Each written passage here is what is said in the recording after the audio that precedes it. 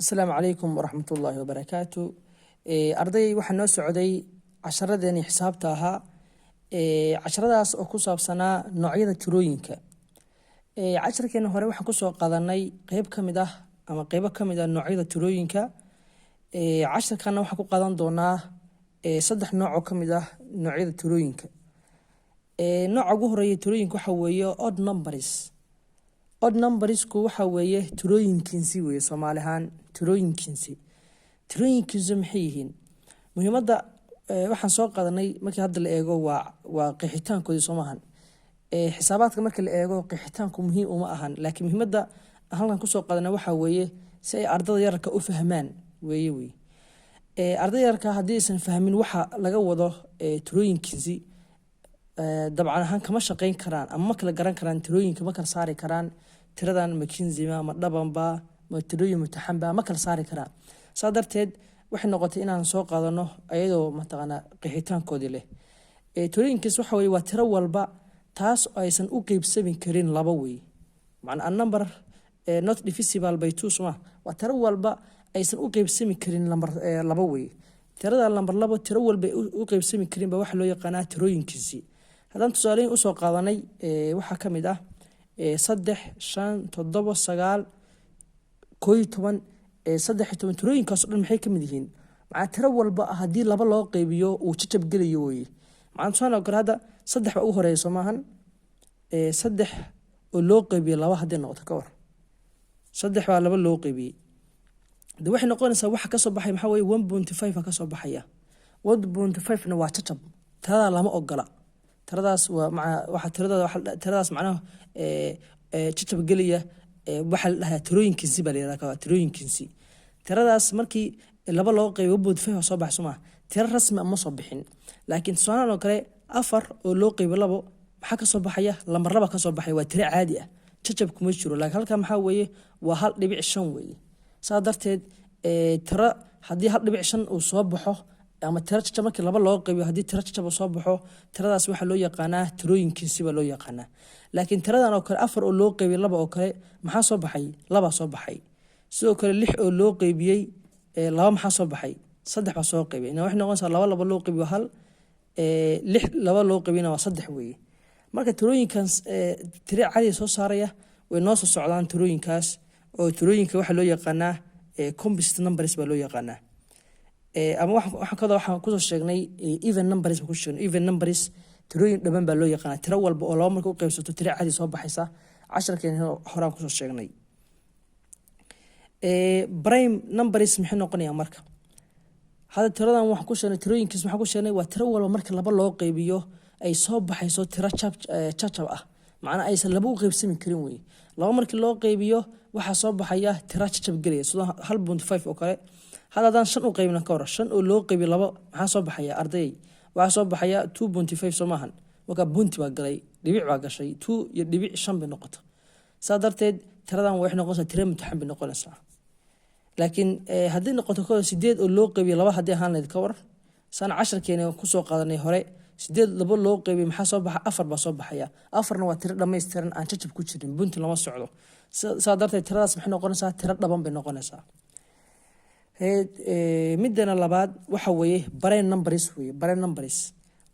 Soomaali maxaa lagu yiraahdaa tirooyin mutaxan baa lagu yiraahdaa tirooyin mutaxan tirooyin mutaxan maxay yihiin tirooyin mutaxan waxa laga wada ardayay waa tiro walba oo hal ka weyn waa tiro walba oo hal ka weyn ba waxa loo yaqaan prime numbers ama tirooyin mutaxan sidoo kalena waxay leedahay tiradaas halka ka weyn laba waxay leedahay laba isir beel two factors beel leedahay maxaa laga wadaa laba isir beel leedahay labada isir maxaa laga isir waxa laga wadaa laba tiro markii la isku dhufto tirada macna tiradan aan ku sheegay hal ka weyn laba tiro oo la isku dhuftay leedahay markii la isku dhufto bay ka soo baxaysaa labada tiro markii la isku dhufto labada tiro la isku dhufanay maxay noqonaysaa waa hal iyo laftigeeda way macna tiradan hal aan sheegi doono way sahan oo kale example kan ku fahmi karnaa tirooyinka mutaxan waxa kamid ah 2 3 5 7 11 13 19 ardayda waxa la fahmi karaa ama ardaydu dhihi karaan macallin wuxuu isku og yihiin labadan tirooyin meel bay soo yihiin maxaa weeye macna tirooyinkan loo yaqaan tirooyinkiisi iyo tirada mutaxan meelo badan isaga yihiin baa jira sida 3 iyo 5 iyo waxa isaga yihiin baa jira tirooyinkan aan kuu sheegay waxa weeye waa tirooyin waxay leeyihiin hadda sagaal oo kale kuma jidho mee sagaal kuma jidho sababta sagaal ugu jirinna waa fahmi doonaa markaan casharkeena guda galno tirooyinkan maxaan ku sheegnay marka hore waa tiro halka weyn hadda hal way ka weyn yihiin oo sababta laba ka bilaabanayaan dhammaantood tirooyinka imtixaan sidoo kale waxay leedahay baan nidhi laba isir oo ah hal iyo isla ayada tusaale oo kale labo waa tiro ka weyn hal baan nidhi sax hal bay ka weynta waa tiro imtixaan weeye hal bay ka weynta labo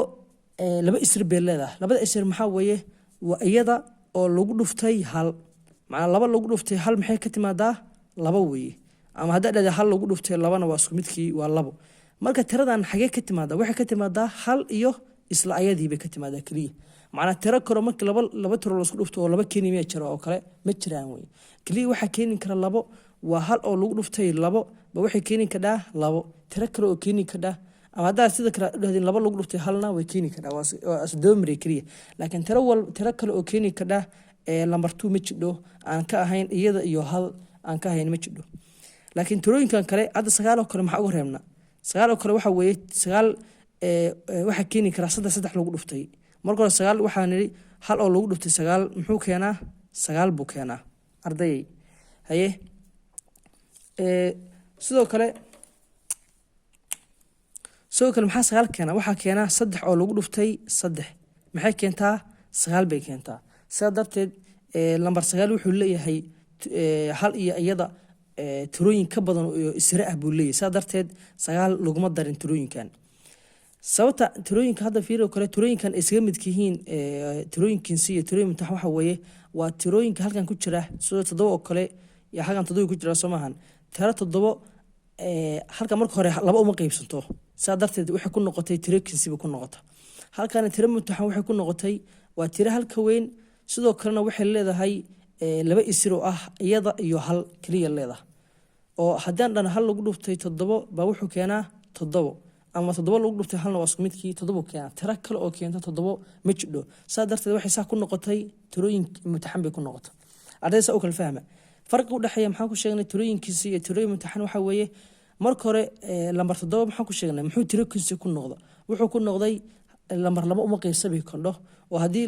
7 loo qaybiyo lambarada jajab ka soo baxaya waxa ka soo baxaya 3.5 ka soo baxaya saa darteed tiro bunti galiya weeye saa darteed tiro bunti galiya waysa darteed wax noqonaysa tirooyinkiisa noqonaysa sababta tiro dhameystir ka soo bixi mayso marka waxay tiro kiisa ku noqotay baan nidhi laba uma qaybsami kordho tiro imtixaan maxay ku noqotay tiro imtixaan waxay ku noqotay baan nidhi marka hore hal bay ka weyn tahay sidoo kale waxay leedahay iyada iyo hal ba isir u ah two factors macnaa laba isir bay leedahay macnaa laba meel ay ka timaado bay leedahay hal lagu dhufto 7 ba waxay keentaa 7 saa darteed waxay ku noqotay tirooyin loo yaqaan prime numbers oo ah tirooyin imtixaan haddaan u soo galno keen ugu dambeeya ah composite numbers muxuu yahay composite numbers waxa weeye waa tiro marka hore hal bay ka weyntaa maxaan ku sheegnay marka hore hal bay ka weyntaa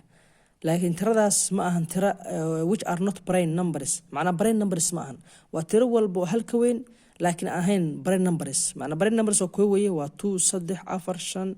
5 2 3 5 7 11 13 tirooyinkan tiro ilaa way badan yihiin Soomahan tirooyinkaas prime numbers kaas ma ahan macnaa waa tiro walba hal ka weyn laakiin aan ahayn prime numbers oo example maxaa weeye waxa weeye waa 4 6 8 9 10 12 14 16 tirooyinkaas weeye marka hore hal way ka weyn yihiin waa 4 weeye laba ma hadda dhina ka hor laba waa tiro imtixaan weeye tiro imtixaan ka tigana sababta tiro imtixaan ku noqotayna waxa weeye marka hore hal way ka weyn tahay shardiga kamid ah sidoo kale laba waxay leedahay laba isir oo ah hal oo lagu dhuftay isla ayadii macnaa hal laba lagu dhuftay wuxuu keenaa labo tiro kale oo keenta ma jidho saa darteed saddexna tiro imtixaan ka tirsan yahay saa darteed waa ka reebna tirada ugu horeysa marka uu ka bilaabanayo composite numbers maxaa weeye waa lambar 4 lambar 5 halkan ku jira waa tiro imtixaan weeye marka waxaan 4 iyo 6 iyo 8 iyo 9 iyo 10 iyo 12 tirooyinkaas waxa loo yaqaanaa composite numbers macnaa intan kaliya ma waa si socdaan 12 14 16 18 20 22 macnaa tirooyinku way si soconayaan laakiin anaa soo gaabiyo wixii la mid ah weeye marka arday haddaan si yar u soo dulmaro tirooyinka maxaan ku sheegnay tirooyinkiinsi waxaan ku sheegnay waa tiro walba oo haddii laba loo qeybiyo aysan soo baxayn tiro dhammaystiran.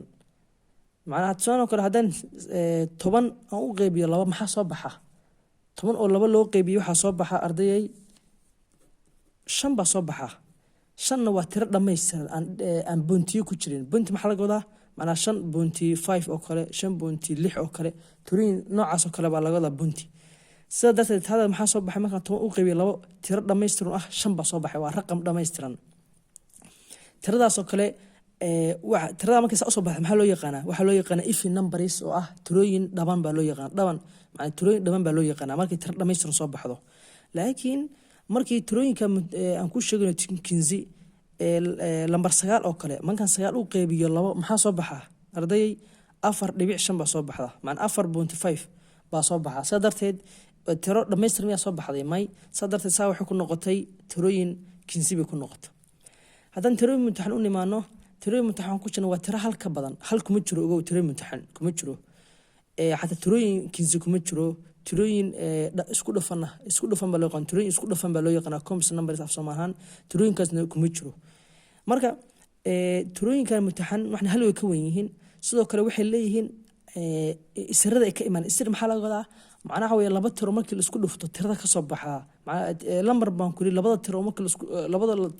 markii la isku dhufto uu ka soo baxo ama uu ka yimaado baa waxa loo yaqaanaa isir Soomaalihan. marka isir af Soomaalihan oo noqonaya hadda qofka ilmaha yarka aabo iyo hooyo ka yimaada Soomaalihan. aabo hooyo waxay u yihiin asal u yihiin. saa darteed saasoo asal baa laga wadaa. marka tiradan lambar 7 oo kale wuxuu ka yimi ama lambar 11 oo kale muxuu ka yimi? wuxuu ka yimi 11 oo lagu dhuftay hal. macnaha ayada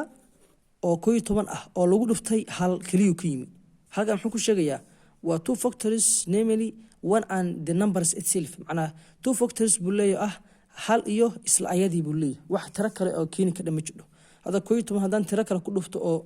aan hal ahayn oo 11 keenaysa miyaa jidha? may ma jidho. oo haddaan dhaho 11 laba lagu dhufto intee noqonaysaa? wuxuu noqonayaa 22 noqonaya. saa darteed tiro markii 11 lagu dhufto 11 keenaysa oo aan hal ahayn ma jidho. saa darteed waxay saa ku noqotay tirooyin mutaxan bay ku noqotay. tirooyin dhafanna isku dhafanna waxa ku sheegay waa tiro walba hal ka weyn, kuwaas oo aan ahayn prime numbers aan ahayn oo ka mid tahay 4, 6, 8, 9, 10, 12 ay ka yihiin. sidoo kale tirooyinkan waxay leeyihiin hal isir wax ka badan, macnaha 2 factors wax ka badan bay leeyihiin. hadda 4 oo kale maxay leedahay? 4 inteesh habba ku heli karaa. waxaan ku heli karaa marka hore hal oo lagu dhuftay 4 muxuu keenaa? 4 buu keenaa. sidoo kale maxaa keenaa? 2 lagu dhuftay ama laba lagu dhuftay intee keentaa? wuxuu keenaa 4 buu keenaa. marka isirada badan hal isir wax ka badan baa ku heli karaa. laakiin tiradan kale maxaa la yiraahdaa? tirooyinkan kale hal isir ka badan ma helisid. saa darteed arday insha Allah taala waxaan rajeynayaa inaad ku celisan casharadan. casharadii tooska waan dib nooga bilaaban doonaa. intaan kale waa soo fahanteen. marka intaad soo fahantaan insha Allah taala casharada kale ba u gudageli doonaa.